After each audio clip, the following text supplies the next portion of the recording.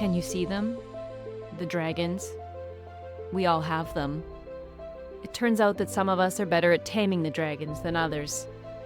In this episode, we rejoin part 2 of the conversation with Sid, co-founder of the Cycle Breakers Society and the newly launched Cycle Breakers Show podcast, as he takes us behind the scenes of transformation. As Sid shares in part 2 of our mind game conversation, slaying the dragons within doesn't mean that they leave. It means that we gain the skills to tame the dragons. Join us as we delve deeper into the mind game and explore what it means to recognize our limiting beliefs, or the dragons, what we can learn from childhood wonder, and how embracing the journey along the way helps us to appreciate that it's not always the destination, it's the steps we take to move from one level up to the next that help us create the life of our dreams. Not sure where to start or how to slay the dragons? Join us as Sid reflects on his journey and shares ways to break the cycle of your own limiting beliefs so you can level up your life. You have 60 seconds to get ready. Here comes the intro. Welcome to Mind Game, a podcast to level up your life. My name is Stephanie Painshaw, and I'm excited for you to join me on a journey behind the scenes where we'll dig into the stories of resilience, mindset, and unlock the simple habits that will help you change the game. Before we dive in, I want to express our gratitude for your continued support. Your energy powers our quest to provide content that encourages you to unlock new levels of personal growth and step out of your own comfort zone. If you're inspired by an idea or have a suggestion for a future topic, connect with us at mindgamelevelupyourlife.com. Your feedback is a power-up that helps us continue on this epic adventure. So if you're ready to get out of your own way and explore what you didn't know you needed to know, you've come to the right place. So buckle up, open up your mind. It's time to level up.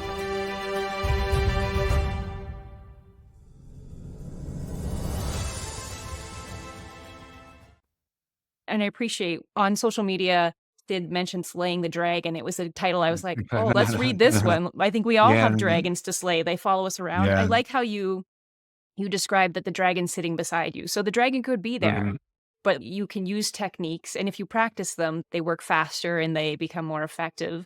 And it's not always easy to start those. There'll be a time to work. But earlier you mentioned the door, right? So when you don't know where the door is, it's hard to get there. But when you figure out where that door is and you have the strategies, then you can walk through that. So I really like the idea of the dragon, and there's dragons following us. The dragon doesn't leave. I think like many people think that they're going to be able to just kill the dragon, and you can, but what I mean by that is you tame it.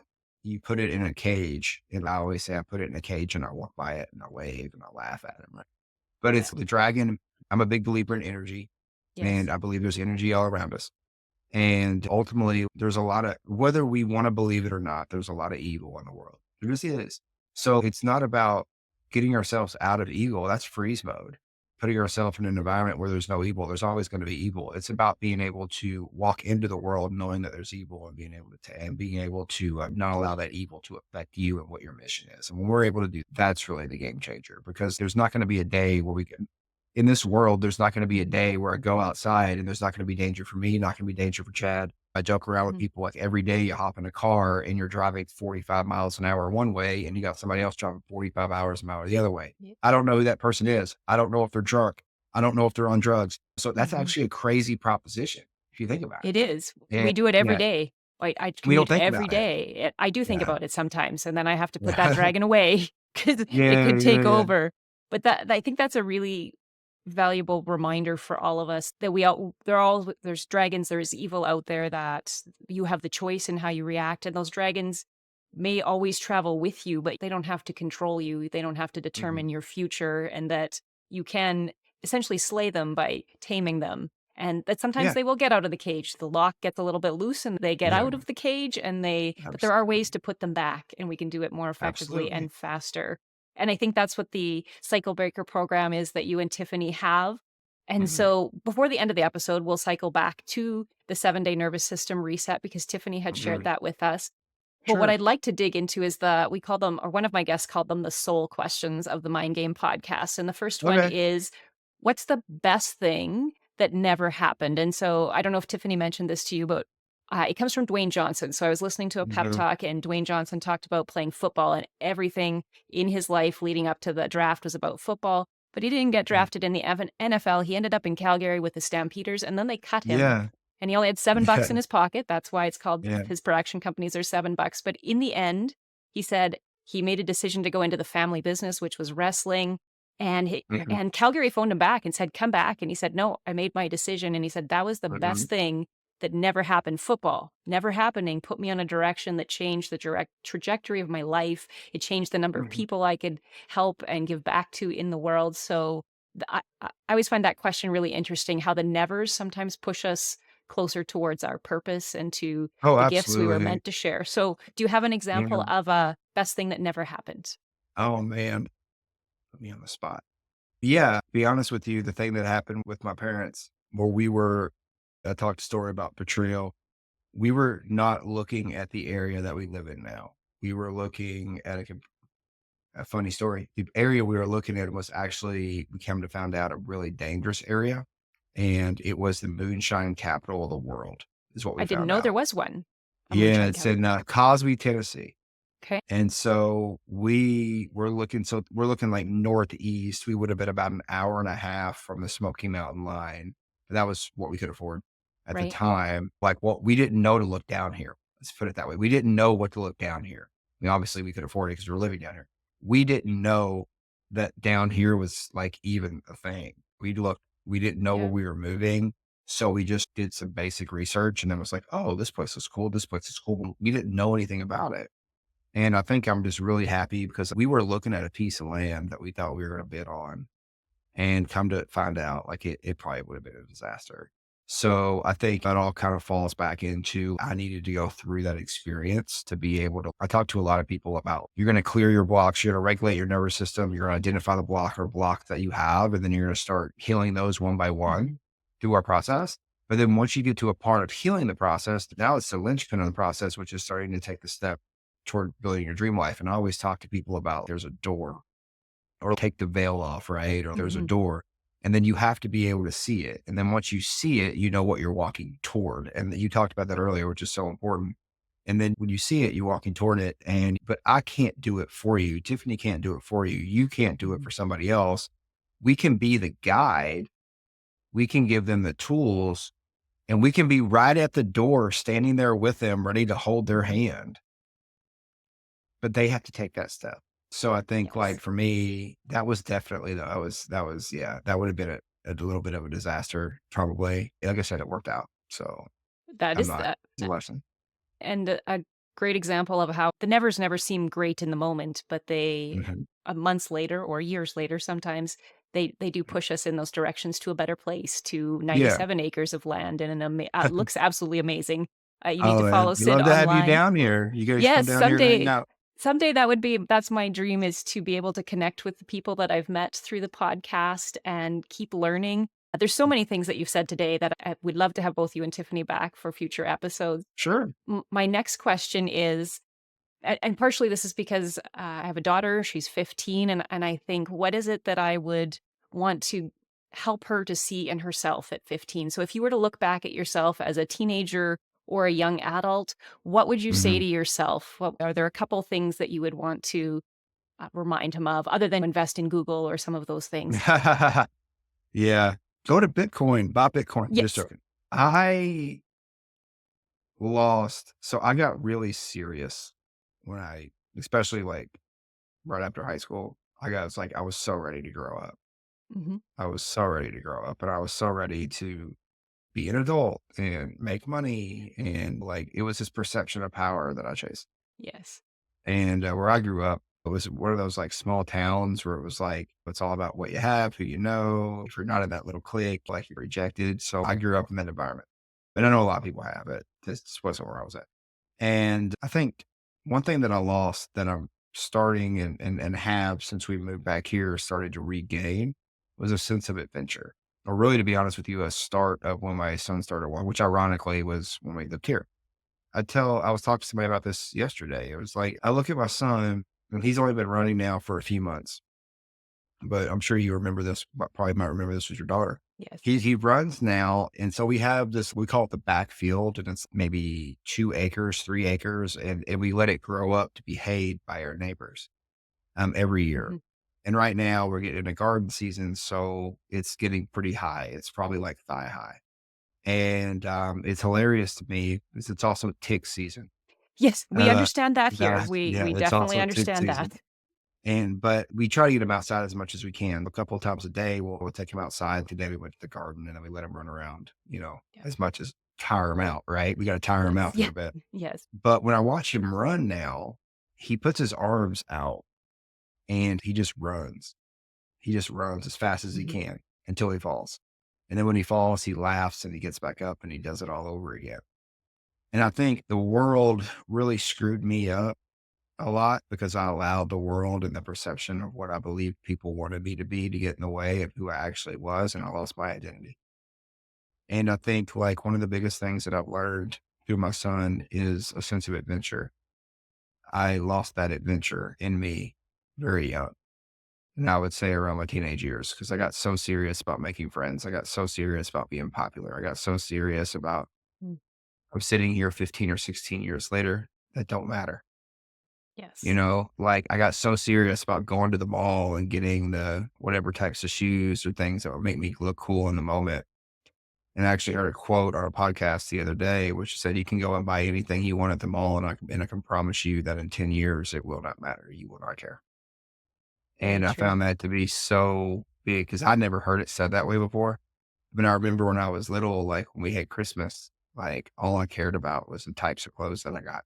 And I would go and Hmm. tell, this is what you got to get me. This is what you got to get me. And I lost a sense of adventure. It was about a sense of having instead of the adventure of going to get. And I didn't grow up with that as much as I wanted to. And I've had to learn that at older. Hmm. And I'd say the biggest thing that I would tell people, like I would tell myself, was like, don't lose your sense of adventure because when you can learn how to have an adventure and you can learn how to learn and we can learn how to discover things and learn things, and you can teach Hmm. yourself not new knowledge or knowledge is things that constantly change. What Hmm. I want people to learn is wisdom, and wisdom is the ability to discover and learn about things that never change. That's the difference between knowledge and wisdom. I was chasing after knowledge and what I Hmm. wanted to be doing was chasing after wisdom. And that wisdom came through the constant adventure of I don't care what's in front of me. I'm going to run as Hmm. fast as I can with my arms out like my son does. And I'm not going to care if I fall. Because if I fall, I'm just going to get up. I'm going to laugh and I'm going to keep running again. And I think that was probably the biggest lesson that I wish I had told myself a half a lifetime ago. I appreciate that. The difference between knowledge and wisdom, I haven't heard it described like that. And also the Yeah. how much we let fear stop us from just run like you tell the story of your son running with his arms in the air, but how often does fear Mhm. stop us from going? And the other part that struck me as you were talking is I I find it ironic that in our search to find ourselves, when we try to figure out who we are as teenagers and or young adults, that we tend Mhm. to lose ourselves trying to be like everyone else. And Absolutely. so I think for me, why did it take me 47 years to come back and find my voice to be able to share ideas and connect with people? And like you said, that love of learning, the legacy that you can leave behind makes all of the Mhm. difference. And so if we can help connect viewers with people like you and Tiffany, and that can help them unlock the potential in their lives and move past those Mhm. barriers, that is what I want to do for people.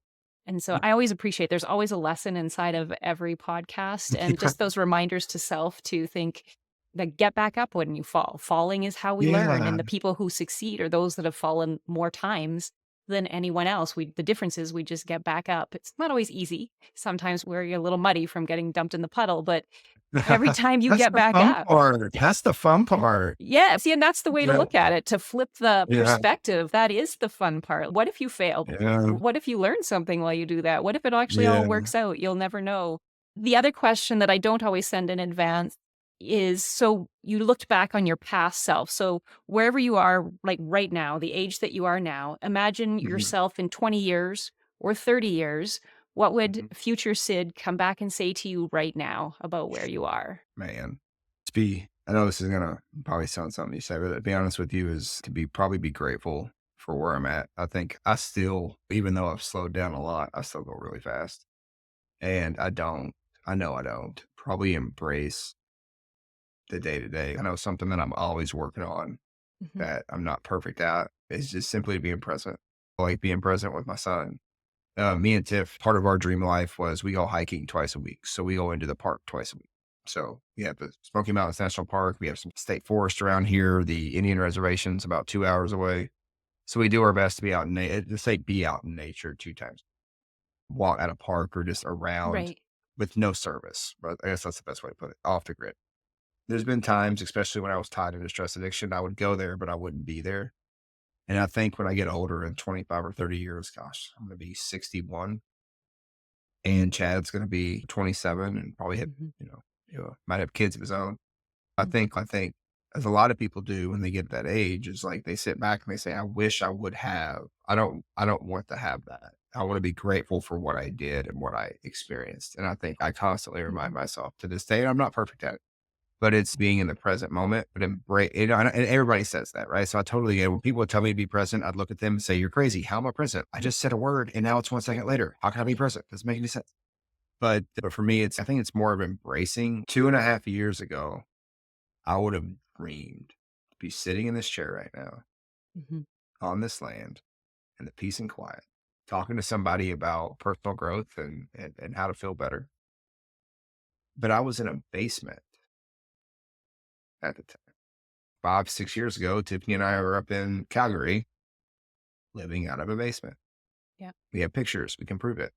So I think back then I would look at these things, and I think that's what can happen to all of us is we get so focused on the end goal, or we get so focused, like we get to the top of a mountain just to realize there's more mountains in front of us. There is no top of the mountain. Because when Right. you get to the top of the mountain, there's 10 other mountains, always. There's always a So I level up. think the secret for me there was always, I think Harley Davidson says this, but it's to enjoy the journey, not the destination. Yeah. That's a slogan. But for me, it's every day we have an opportunity to wake up and embrace so much that life gives us. And I mentioned earlier in this podcast that there can be a lot of evil in the world, but I promise you there's a lot of good too. Yes. And when we can be present with ourselves, we can start seeing the good, and seeing the good over and over again is going to stack up on itself just as much as the evil will. And one thing that I don't know if you've heard of the book Outwitting the Devil No, I haven't read that one yet. by Always a book that I add to my list. yeah. It was written by Carnegie, the same guy that wrote Think and Grow Rich. Yes. And he was actually too scared to release it when he was alive. And so was his daughter. So it was his, I think, granddaughter that released it a few years Okay. back. And it's basically him having a conversation with the devil about how the devil gets people locked into they never get what they want. And the main, I guess you call it thesis or anchor of the book, at the beginning of the book, he talks a lot about he gets people into this thing called hypnotic rhythm. And that hypnotic rhythm is basically a loop or a cycle of not being able to see past the limiting beliefs or beliefs that we have, and how much of a fine line that hypnotic rhythm can be. And Hmm. that we could take negative hypnotic rhythm. I tell people all the time, sometimes I walk outside, or we go to the park a lot, and I'll go to the park Yeah. and not to in any way talk bad about somebody. I would never put evil out at somebody. But I look at him and I just feel sad because I'm like, you look like a zombie. Like you don't Hmm. like you look like you're just floating through life, not realizing all that's available for you if you decided to take action. Yes. What other side there might be. And they're waking up, they're doing what they're told. They're not embracing or taking life by the horns and just running toward whatever it is that they want, like Chad does, like my little boy does with Yes. his arms out, running, sprinting, and whatever he wants to go do. And I think that's really, it's a really good book. I would highly recommend it. I'm not going to lie to you. It can be extremely creepy because he claims to be Yes. talking to the devil. But I've always found that dynamic interesting because when I first read that, I started looking at things differently. And so much I started understanding how my demon worked and how my dragons worked because I would be able to look through their eyes at me. And I think Mhm. that was a really opening for me because it gave me a different way of understanding how evil can work. And when I understood how evil can work, it made it a lot easier to conquer it. And I think that's an important moment for us to realize that we often think that evil is out there, that the devil is out there, or your dragons, or your the challenges that you face, and that we think evil is really bad. But the limiting beliefs that we hold, or things that are holding us back, like you just said, those are Mhm. the things that are preventing us from living the life. It's not always out there. It turns out the power to heal that, the power to create the life that you want, the power to slay the dragons or put them in the cages is really in us. And when we Absolutely. see it from different perspectives, that makes a huge difference in where we can Oh, go. absolutely. And so I wanted to say thank you to Sid for Oh my joining us gosh, thank you today. for having me, It's yeah. the Hope you guys amazing enjoyed it. conversation. Yes, Yeah, I look forward to future conversations with both you and Tiffany. And I think before we yeah. wrap up the podcast, Tiffany had shared with us the 7-day nervous system reset and the cycle Mhm. breaker program that you're working on. So if people are interested, if this story resonates with them, if they're at a point Mhm. where they just don't know how to be happy, or they're feeling anxious or depressed, or recognize that perhaps they have some addiction to stress that you've mentioned, Mhm. can they reach out and work with you through a program? Do you have individual options? So just tell us a little bit about how they could connect with you Yeah. or with Tiffany. Sure. So a lot of people really enter through the Cycle Breaker Society. They get started with the 7-day nervous system reset. The cool thing about how we operate is I actually built, Tiffany might not have touched on this as much as I do, just because I'm the back end CEO guy. She's I hate to call her the dancing monkey, but she's the one out in front of everything. But everything's Yeah. operated to us out of a custom. So like when you go get the 7-day nervous system reset, you would download our app either in the App Store or Google Play. Okay. And then the great thing about that is a lot of people, especially when you get into this work, they're going to work out of something like a program where you have to log onto your computer and you have to be connected to Wi-Fi. With ours, you don't have to do that. So if anytime something comes up and you get the 7-day nervous system reset just by going to www.resetmysystem.com/reset, which I think there'll be a link on the podcast Yes, as we will well put it in the below. show notes. All the Yeah, but when you go to our app, you just have to have your phone with you and you can log in and you can get all the information and resources that you need right at your fingertips. You don't have to be there. And that was a big thing for me because these things come up when you're outside, these things come up when you're Mhm. not at home. And I think having the tools in your pocket makes it a big difference. I would highly recommend get the 7-day nervous system reset. We work with people in the Cycle Breaker Society. It's all about a 12-step system to clearing blocks. So that's we work to you throughout the year. And then if there's anybody that wants to come down here, we run. So I talked to you a little bit about this. There's clearing the blocks in the Cycle Breaker Society. And then right. the next step for that is basically like me or Tiffany opening the door and saying, here, the blocks are tamed. Mhm. You're ready to see the other side so that you can walk past your blocks and into the life that you want to create. And that door is what we call the rapid rewire system. Okay. And the rapid rewire system is 12 techniques to basically get rid of limiting beliefs as you walk through that door to start creating that dream life that you want. You clearing the blocks is the first step, regulating the nervous system, all that stuff is the first step. And then once you get all that stuff regulated and the blocks can't hurt you anymore, now it's a matter of, okay, next step is walking through this door and getting rid of any limiting beliefs of what I can't be through walking in the door of what I know is already available to me. If anybody wants to come to that, we do offer virtual access to that. We sell that in an annual pass. So we run that 4 times a year. You can come to all 4 times during that year. And then one of the times we do a big spectacle here. You come here, you stay at a house in the Smokies with us. We all your food's cooked for you. It's all inclusive. Your ride from the airport, we actually pick you up and bring you Nice. here. And it's a really cool thing because it's not just sitting down and lecturing. You get a lot in the Cycle Breaker Society. Each day is anchored with you're with other people, which is also Yeah. really cool. But each day is anchored to actual activity that helps cement the things that we go over.